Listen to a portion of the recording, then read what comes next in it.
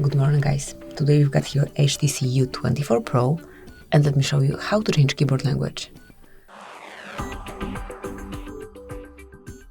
First of all, open new message or any other area where you've got access to keypad. So this is the panel that we want to open. Now mark settings icon and click on languages. So this is at the top of the list. Select plus and choose the language that you want to use. Okay, so let me pick another one. As you can see, you can either scroll and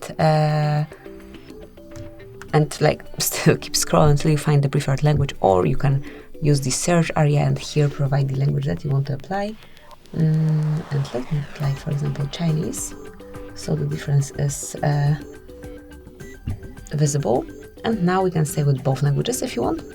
Just go back, and as you can see, word icon appeared here. So now, smoothly by tapping on this icon, you can switch between languages.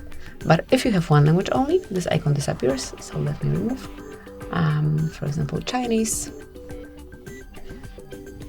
And then you've got access to one language only. As you can see, there's no longer this icon here. So this is it.